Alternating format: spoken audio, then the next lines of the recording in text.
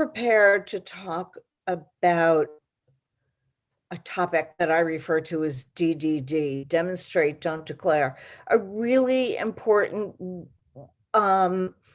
approach to writing that I think people need to understand more. The difference between declaring something and demonstrating something, so necessary in writing. And there are ways to do it and knowing where and when to do it. And I was all prepared to talk about that. And part of the reason was that I was inspired by an actual piece I'm editing for Psychology Today, by someone who's a very good writer. I mean, he's basically a psychiatrist, and but very good at getting his ideas out. And he submitted a piece that needed some work, and there we were in the second sentence of the piece, and I found myself writing DDD, demonstrate, don't declare. You want people to believe you, and over the years, that's been my shorthand for talking about what's needed. But this week was not a week like any other week. It was so disturbing, so distressing. I'm still processing it. I suppose many people out there are. And I thought I would sort of go over something more basic. I threw out my plans, and I was definitely planning to address the question that came up last week. And not only do I want to address it, I want to spend some time on it because of what it means. So last week, someone asked, what is the rapid writing approach? And what did I think of it? And I said, honestly, that I didn't really know what the rapid writing approach was. Well, I do now. And the rapid writing approach apparently is a technique used in schools primarily to get people to write fluently, paying no attention to spelling or grammar. And I thought, well, if that's what it takes to get people to think in a way that's suitable for writing, fine. I feel it's kind of pathetic that it's come to that, oh my gosh, people are worried about being judged on their spelling or grammar, because in order to want a rapid writing approach and to be freed from the constraints, you have to understand that maybe that's not something you're very good at. To me, that's a failure of education, and a failure actually of devoting a lot of time to reading. Because if you read, you almost automatically acquire the grammar. You acquire how it's used regularly, and you acquire a sense of how it's often violated, to often for very good effect in writing. But on the whole, rapid writing approach, I mean, if it helps people dump the contents of their brain onto a page, which is the first step in writing, it certainly isn't the last step. And my existence is premised on the fact that it isn't the last step. I'm an editor. I'm also a writer, but I'm talking in my function as an editor. I mean, we wouldn't exist as editors. But I mean, the rapid writing approach is, there's merit to it. If that's what people need, I'm all for it. I feel bad that people need that, but I'm all for it as a way of getting familiar with knowing what your thoughts are and pulling them together, organizing them, thinking about them, and getting them down on uh, in some permanent form, whether it's writing or on a computer. Um, and so, yeah, rapid writing approach, yay, good for it. But it also brings up to me the idea of like editors and editing. Um, and so while I think rapid writing approach is fine, I think for students, um, learning how to access their thoughts, and hey, if that kind of formula is what it takes for other people, non-students beyond school, fine. I think that's okay too. Um, but I want to talk about the implications it has about editors and editing, um, because that's a little lens through which I see life, at least on Sundays between 3 and 4. Um, so, it's like it started me thinking about what do what do what constraints or what ideas about judgment do people have when writing? And are they thinking that their professors or others who will read their work are like the thought police or the grammar police? I get it's not so much thought, it's really grammar and spelling are kind of the two issues that are from which people are freed in rapid writing approach.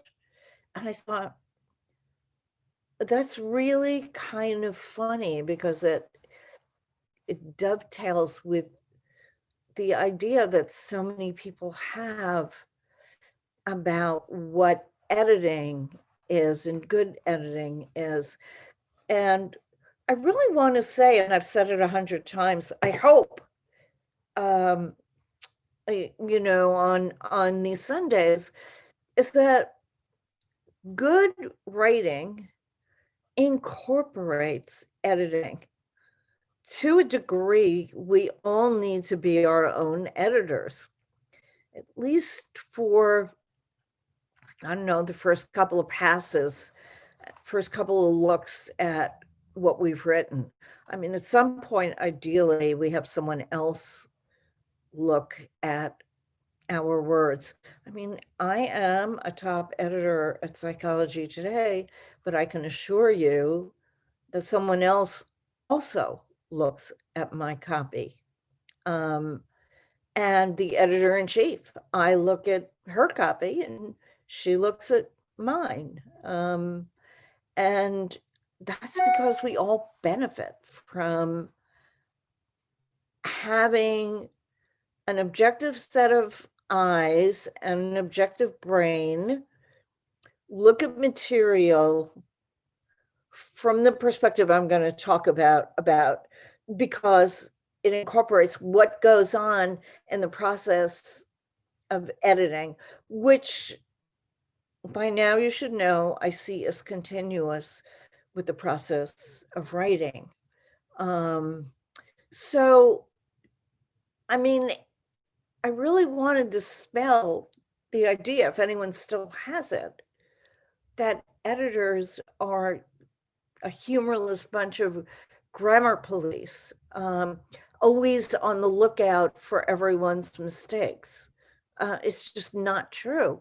Grammar is like the least thing we pay attention to. And in fact, I mean, on magazines and publications, there are people at the very tail end of the process who look at spelling, and correct it. And these are copy editors. by and large, they're not looking so much at the content. That's not to say there aren't some fabulous copy editors out there who recognize when there's a problem with the content. Because if you're looking at spelling and grammar have reasons, especially grammar.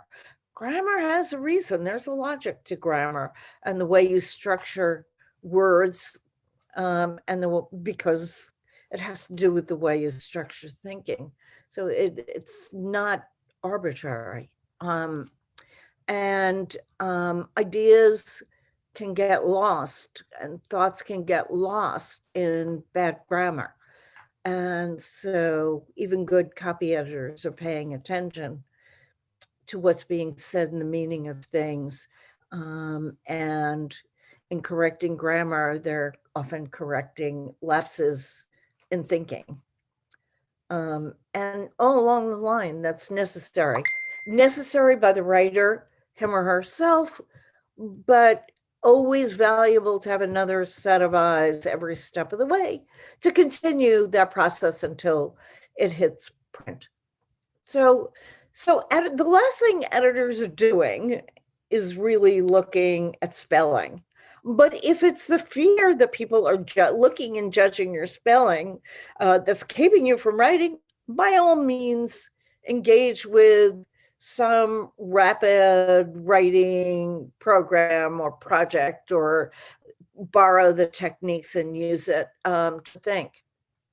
But basically what editors do is they really are helpers. They're facilitators of thoughts and of understanding.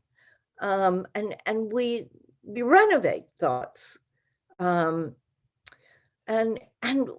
we exist for a really good reason.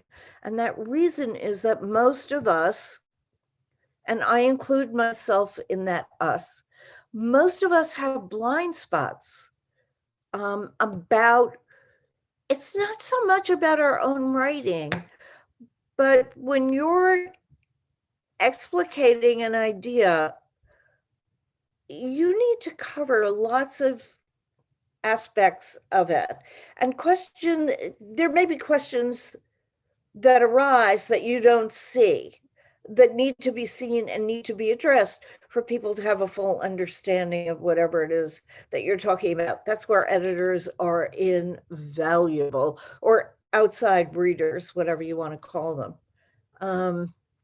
So people need editors and everyone needs an editor. Everyone, as I said, including the editor-in-chief, because you'd be shocked at how inarticulate, how vague. Most people are very vague in their thinking, not specific, not words, not highly chiseled and specific, but very imprecise in their thinking, and also very incomplete in their thoughts.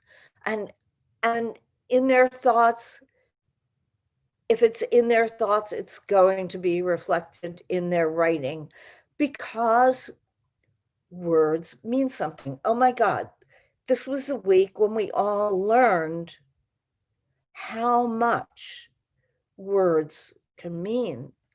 I mean, that whole Capitol insurrection was premised on words that delivered lies. And I guess one important takeaway message is that words have power and they mean something. Certainly isn't the most important message at this moment in our history. There are a lot more pressing things on the agenda, but that's definitely one of the important underlying facts, and that it's sort of a first cause of everything that went down. So, even highly paid experts, their words mean things, their thinking and their writing is much more approximate than it is incisive. And the goal of writing is to be specific and incisive. And some people just haven't had the practice and the experience or acquired the habit of really good thinking. But some people are really just mentally lazy. Um, and they're lazy in pulling together their thoughts and communicating them in some really very coherent way. Um, but, the image that I constantly invoke is you want to be thinking of Michelangelo chiseling out the slaves from the marble. Um, you could see how much thought goes into planning the rough contours, then with real exquisite precision, defining the details. Now, those two things aren't necessarily done in one pass. When you're writing, even when you're editing, you can't keep your eye on the big picture and the small picture at the same time. You need to do that, and you need to find ways to be able to do it. But in one moment, you're not doing both at the same time. Um, but you want to think about this exquisite precision in defining the details, and then leaving that locked into the stone. Wow, pretty powerful. And leaving it locked into the stone does something by conveying the weight, the oppressive weight, the burden that these slaves are carrying. But yet there's that fine detail. So we all have to be the Michelangelos of our own heads, our own thoughts and perspectives, and our own experiences, our own stories, however you want to frame it. So another thing that happens with writing, and this is not something that the rapid writing method can cure, although it helps create fluidity. But writers are, in general, locked inside, and this is not exclusive to writers, but writers are a specific case of the general fact that most people are locked inside their own perspective. And writers shouldn't be, because if you want to explain something or tell something to people and have lots of people understand it, you want to come at it from a bunch of perspectives, or show some understanding that people have different perspectives, and you need to address them, even if you don't declare out loud that that's what you're doing. You should be answering all the questions that might arise from any particular perspective. But so what happens is that writers, like everybody else, gets locked inside their own perspective. Um, and and the consequence of that is that when you're locked inside your own perspective, you don't realize what others need to know to understand whatever it is that you know and that you're trying to communicate. I mean, in psychology, it's called the egocentric bias. Um, and but we don't need to invoke that. It's just, if you're writing, the purpose of writing is to communicate to other people. And I mean, that's the definition. And so you need to allow for other perspectives and address that gulf, that gap between your perspective and other perspectives that might be out there. And editors, so all of these go into what you might consider bad writing. And And I think that one of the reasons that there's so much writing out there that isn't good, that's bad, um, is that most people don't get honest feedback about their writing. They certainly don't get honest feedback, for the most part, from those people who are close to them. If you say, hey, would you take a look at this? It's very hard to give feedback about things that are less than perfect to people in a way that they can hear. Writers are staff writers who are writing things regularly, submitting them regularly, getting feedback from their editors regularly, might in general have a little bit of a thicker skin and know how to take the honest feedback from editors. But I think most people don't get honest feedback about their writing. And because it's hard to do, it's hard to be received. Most people get very defensive when they make a mistake. And I would argue something I have personally found, that younger writers coming in have never been told that anything they've done is less than perfect. And they're less responsive to feedback from editors. Not all of them, but I think it's a fair generalization to make. And I make it on the basis of having worked with crops and crops and crops of interns over the years, and see the change from young people who are eager to get feedback because they saw it as a way to improve, and over time seeing interns crying their eyes out over getting any feedback that suggested something might be less than perfect. And that's a fact.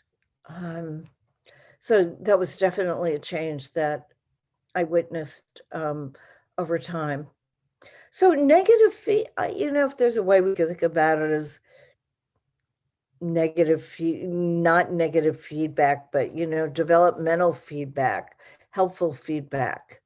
And good editors are really good at giving feedback in a positive way.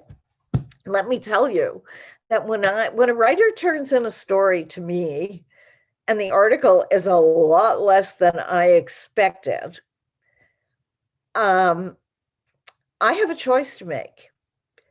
Do I want to wham that writer over the head with how wrong everything is, which would do a pretty good job of killing their motivation? Or do I want to inspire that writer with how good this piece can possibly be, and they can achieve that?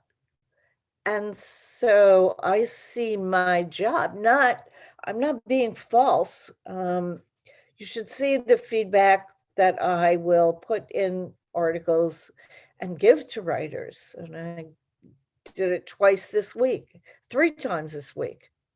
But 3 times on major pieces we're talking about. But so there are ways to give feedback that are actually inspiring.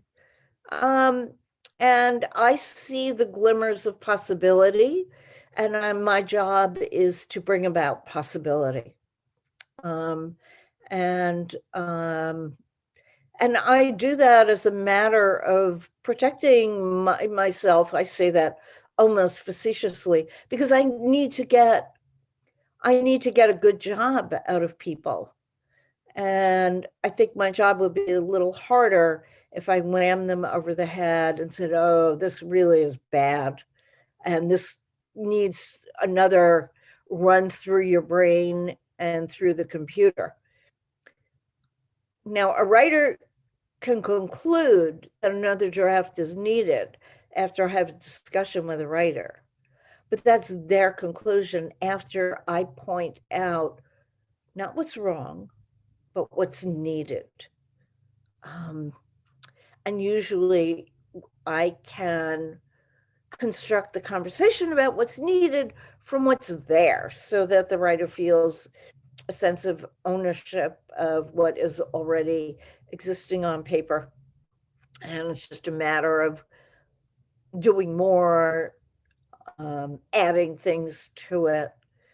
So there are really good ways of giving feedback, but most people are not in the position that I am, where I need continuing output from a person. So I don't really want to dash their spirit. I really want to inspire them.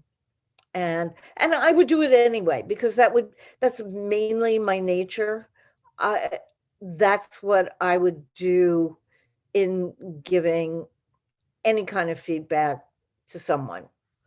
So there are some ways in which I don't find it difficult to give negative feedback. I can give negative feedback in a constructive way, at least when it comes to writing and my domain of my professional domain. How much it generalizes, to other domains and management, that's a whole other story. So editors really aren't starting out on a gotcha mission. We're not out there to play gotcha.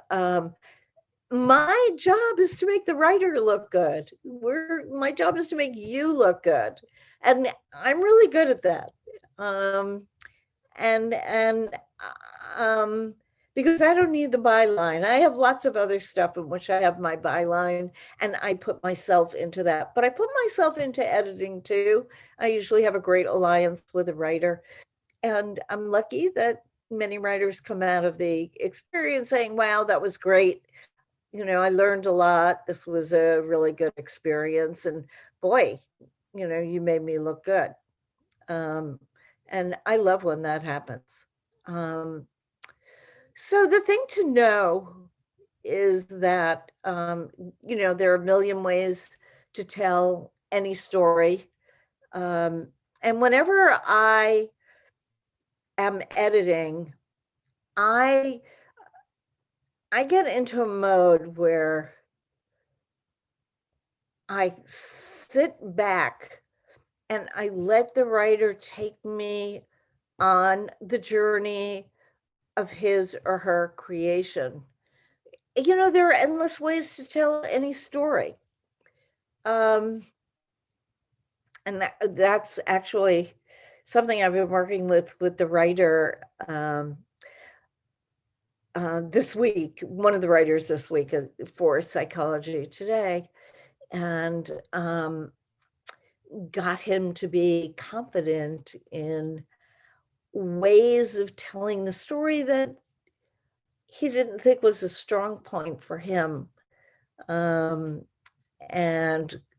in fact, just this morning, he showed me some samples, and I sent back some words of encouragement, because I thought, wow, this is really on the right track. But we spent a fair amount of time getting there. And the goal is to help people find ways to tell the story. And you have to do that even in nonfiction as well as fiction. And it's really only limited by the writer's talent or openness. And going back to the rapid writing method, if that's a way of opening people up to tell stories more fluently and have access to the stories in their brain, fine, it works. But as I said, that's just the beginning of the process. It isn't the end of the process. So for me, every article is a journey of discovery. And I want nothing more than to be delighted, surprised by what's there. And I expect in any article that I will have some new perspective, get some new insights. Otherwise, I'm just going to be reading the same material over and over again. The events of this week are really important, and we're going to be talking about them for some time to come. And it isn't just that, this is like PTSD. You need to tell the story over and over again to kind of habituate to it. The fact of the matter is, every time we retell the story, you get some new insight into it. So I will probably be reading 100 times the story of the incursion, the break-in into the Capitol, but I expect that through the course of these, we will be gaining perspective on what happened. And I'm certainly reading it with the belief that time and more information will bring additional perspective to each retelling of it. And that's certainly why I'm going to be looking forward to reading about that. Yeah, to help me just accept the reality of what happened, because I think it was a really big deal and very much violated my expectations about the world I want to live in. But also, I really just need to get new insights about this event to a point where I feel fully satisfied, and can help chart a course of action. And why I won't be directly charting a course of action, I will be talking to and voting for people who are in a position to chart courses of action. So, I'm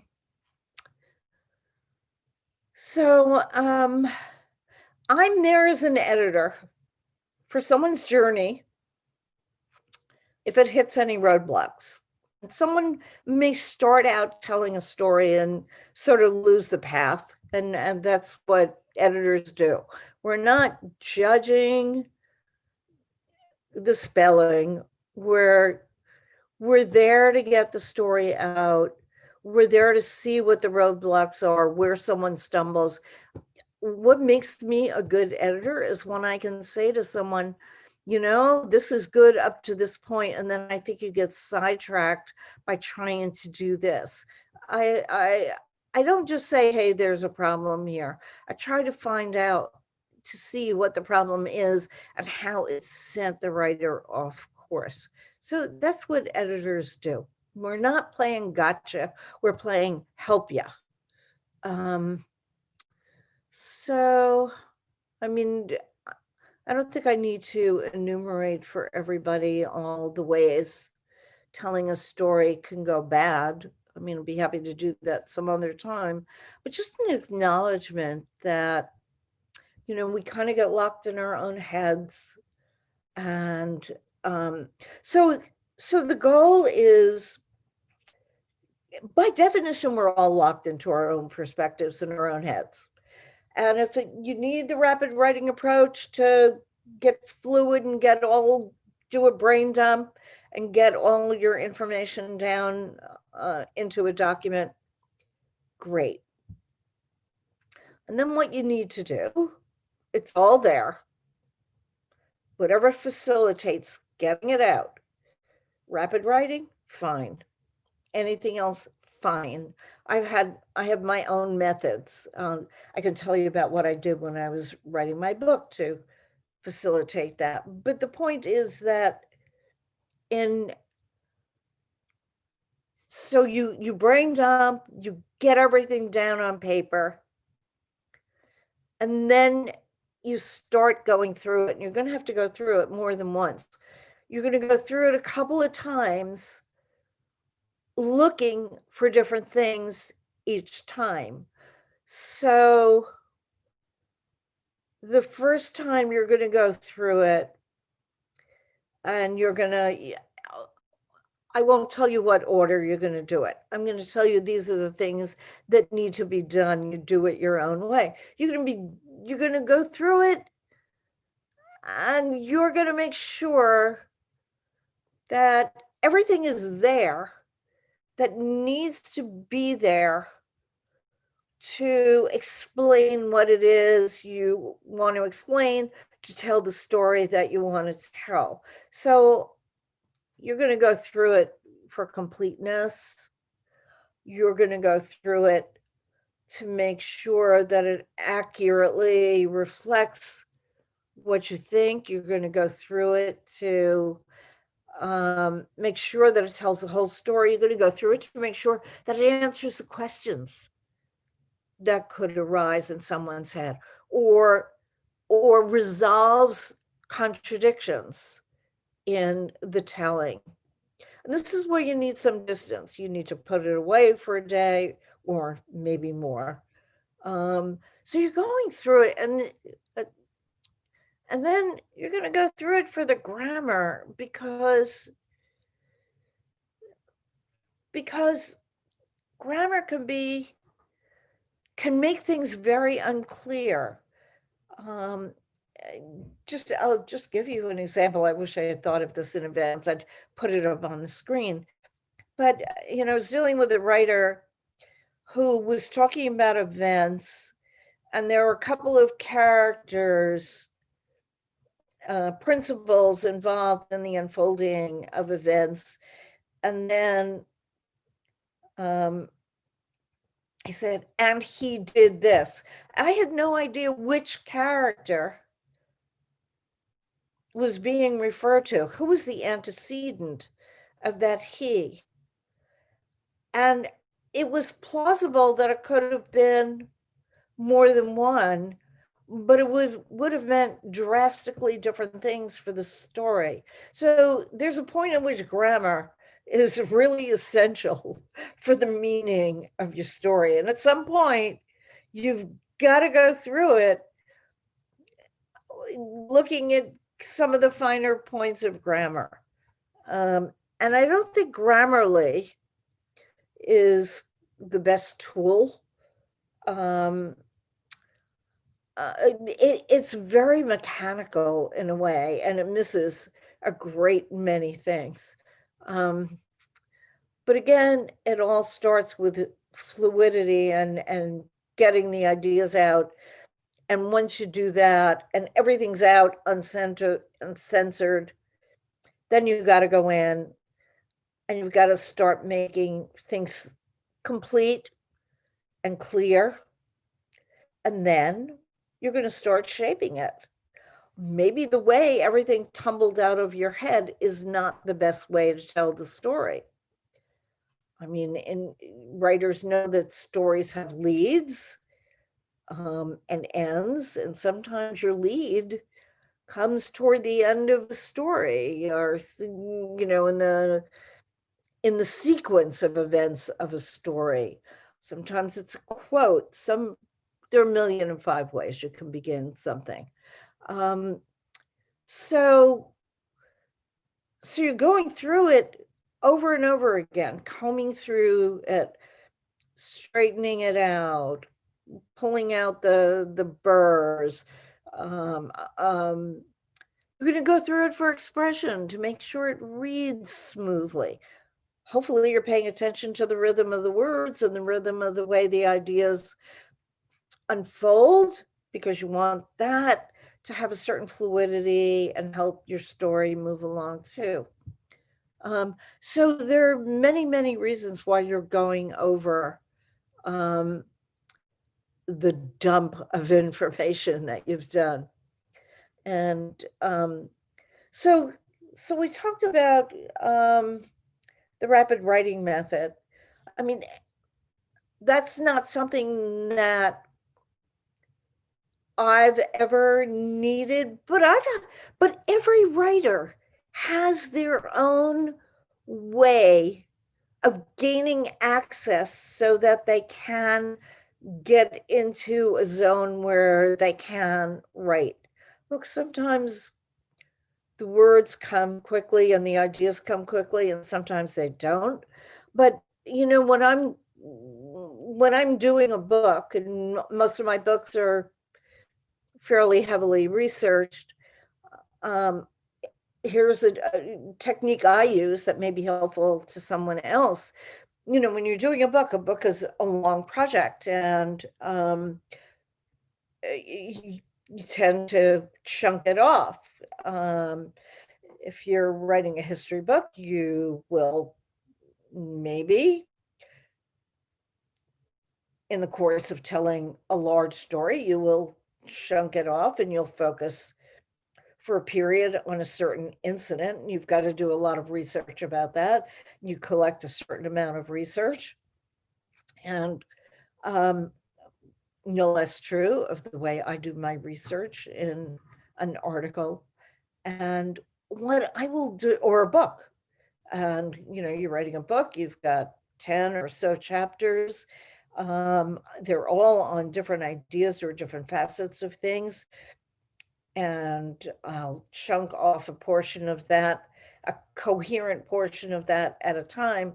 And one of the ways I would get myself going when I was doing that was I would have gathered the material, read it through once, but then I would be ready to sit down and write. And my favorite way of doing it, and since I live in New York, this was really possible mainly in the spring, summer, and early fall, would be early in the morning. I would assemble the stack of research that I had on a particular topic that I wanted to get through that day. And I would schlep it with me and go sit at a cafe, not taking my computer, deliberately not taking my computer. But I would take a notepad, because ideas and ways of expressing things would occur to me, and I didn't want to lose them.